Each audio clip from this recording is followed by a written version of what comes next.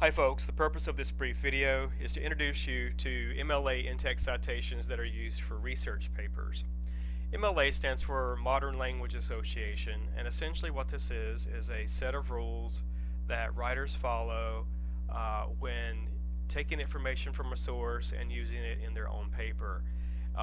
The rules allow us to understand how a writer has taken information from a source and incorporated it into a paper with their own ideas. And it allows for us to distinguish between the two. So again, the purpose of these rules is essentially just to differentiate for our readers whose ideas belong to whom, which ideas belong to the source, and which ideas belong to the writer. And again, the reason that we need these rules is so that we can distinguish between, whose ideas belong to whom. If we didn't have citation rules, we wouldn't be able to understand within a paper where ideas are coming from, and we might even assume that they all belong to the writer of the paper. So, the MLA citation rules allow us to distinguish between these two. And you can think of MLA as a map that sort of guides our reader to a location where they can find that particular source for themselves. For instance, let's say someone's reading our research paper and perhaps they question the validity of some ideas from a source we have there, or perhaps they just want to locate them for themselves to study them in more detail, or maybe they even want to use them in their own paper. Well, MLA provides a guide for them to show how we took the information from the source, used it in our paper, and then allows the reader to look for that information on their own and study it for themselves to verify, or again to use in their own sources, in their own papers. So this is sort of the way this works. So you, as the reader and the researcher, are going to either libraries or library databases or other sources, and you're locating information. What you're going to do is take all of this information that you found, and you're going to read it, and you're going to synthesize it. Think about what it means. And then what you have to do is take all of that and organize it around a central idea. So this central idea is either going to be your thesis statement, or you may think of it as a claim if what you're writing is argument. So after you've read everything, synthesized it, decided how you're going to organize it around a claim or a thesis, then you're going to write your paper, and then within your paper you have to create in-text citations to show where the information is coming from, and we'll cover that in a little more detail in a moment. But at the end of your paper you'll have a works cited page that will look something like this one. And on that works cited page, essentially what you have is all the publication information that is necessary for a reader of your paper to go and locate this source on their own. So let's say John Smith is reading, Maria Lopez's paper and that she's written, and John thinks, wow, this source is really good. I'd like to maybe study a little more detail to get a little more of the information, and maybe even use it in some of my own research. Well, then what John would do is he would go to the library based on that information that Maria has left in her citation, and he would look for things like, the author's first and last name. He would look for the title of the source. He would look for, where it was published, who the publisher was, and the year it was published. And then with all this information in hand, John then could go to the library and pull up the source himself or locate it in a database, and then use it in his own paper, or use it to just verify the information that Maria has stated in her paper. So after we've read, synthesized everything, we've written our paper, we've organized it around an idea, and then we've cited, and we've got a works cited page, then our paper is ready to be presented to a reader, and a reader can then differentiate for themselves within the paper whose ideas belong to whom. In other words, which ideas belong to the sources that we used, and which ideas are actually ours. And the purpose of research in academic and scholarly research is to create new knowledge, and new knowledge builds upon knowledge that has come before it. So this reader that you see here in this photo, might be someone who, later on comes to a library just like you're doing now and is looking for research and finds an article that you may have written, and then take your ideas that you've had and build upon those and go in another direction to create some more knowledge. So, having all these rules and general guidelines for research papers is very, very important, because it not only guides us as the writers, but it's going to guide readers as well to understand how we're using the information. So overall, there are some general research paper guidelines that you need to keep in mind. One of which is that no more than 20% of your paper should be direct quote. And of course, this is an estimate, but roughly that's about 1/5 of your paper or so.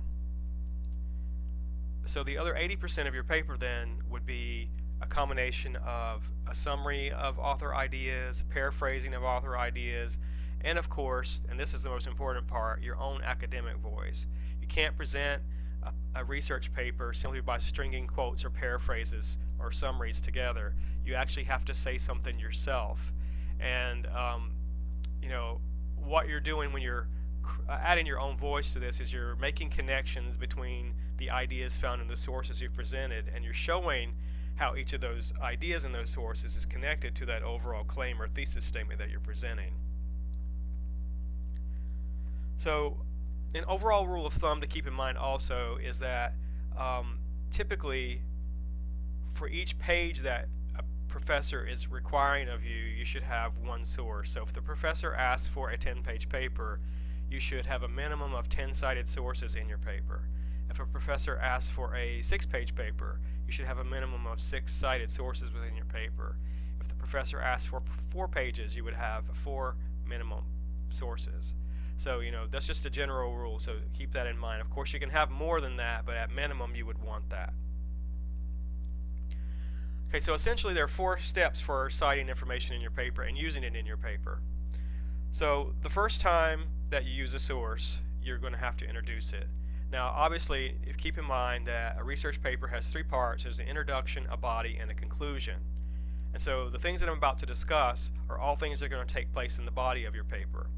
So the first time you use that source in the body of your paper, you're going to have to introduce it, and this is only the first time. After you do that, you're either going to directly quote, paraphrase, or summarize from that source, and then you're going to have to respond to the information that you've presented from that source. As you do this, you're also going to have to use in-text citations that allow the reader to understand how this information is being used. And of course, all this is going to lead to a works cited page that you should complete as you go. So in other words, don't wait until you've completely written the paper and then go back in and add citations and then go back in and do your works cited page. You should complete all of this as you work, because otherwise you may set yourself up for possibly missing a citation or possibly not adding a source to your works cited page that you should have. And of course, this could result in you being accused of plagiarism, a 0 for the assignment, or maybe even an F for the course. So you want to be very careful about that and cite as you go. So how do you introduce a source? Well, with the introduction of a source, there's 4 possible things that you can mention. You always need to mention at least 2 of these, but a lot of times it's actually a good idea to mention all 4 if possible. These are the author's name, the title of the source, where the source was published, if this is a journal or newspaper, magazine article, TV news segment, whatever. And again, if you mention all 4, this is going to go really far with your reader in creating some credibility for you, some ethos. So if you know all 4 of these, of course you should mention them, because it's going to help your reader trust you more. And as a researcher, that's what you really want, is you want to create credibility with your reader.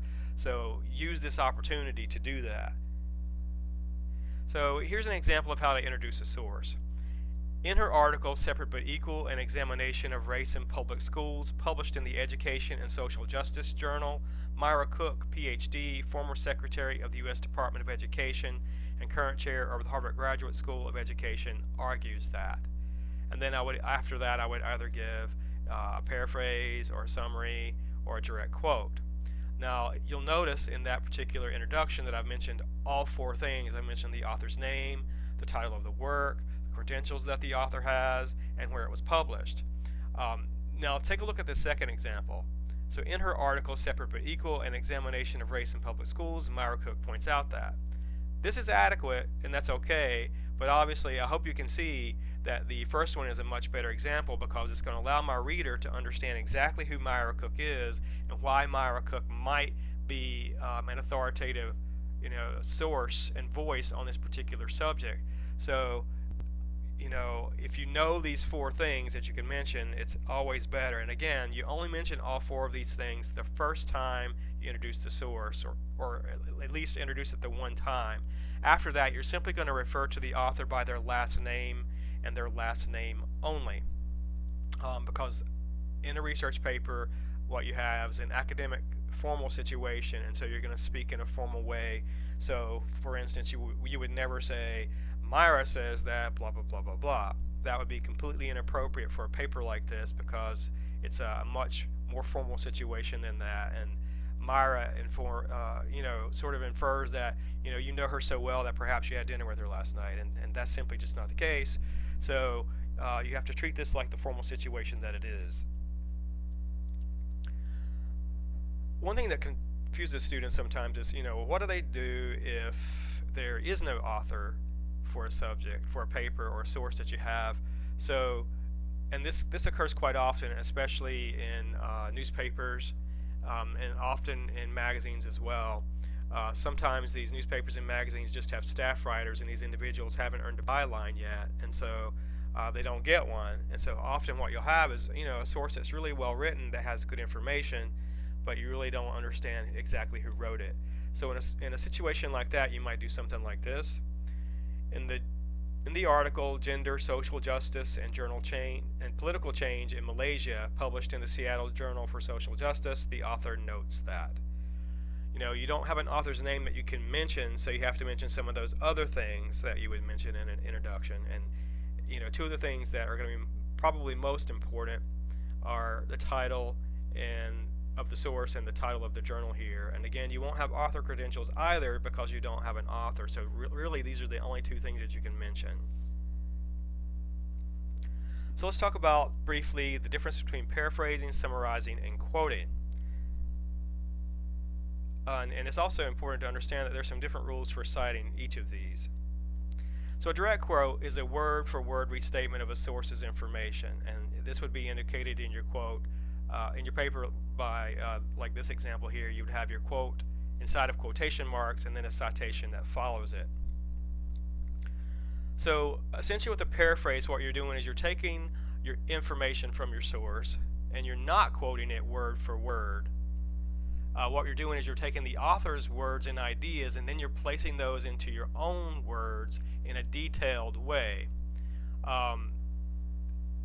So in comparison, this is very detailed compared to, say, like a summary, which we'll talk about next. But one of the things I think that confuses students sometimes in regard to citation is that they assume because they're placing this paraphrase into their own words, that means they don't have to cite it. And that's just simply not the case. The reason that we cite things is to show that the ideas do not belong to us as the writer of the paper. So a paraphrase isn't your ideas, it's your words that you're using, but you're rephrasing what someone else has already said, so it's really their idea. So because of that, you have to cite it.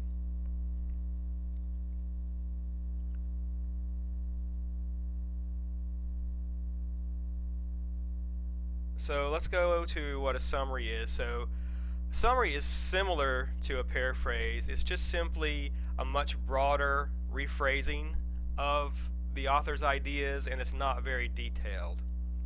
And again, these aren't your ideas either, just like paraphrase. So even though you're placing this into your own words, you still must cite the idea.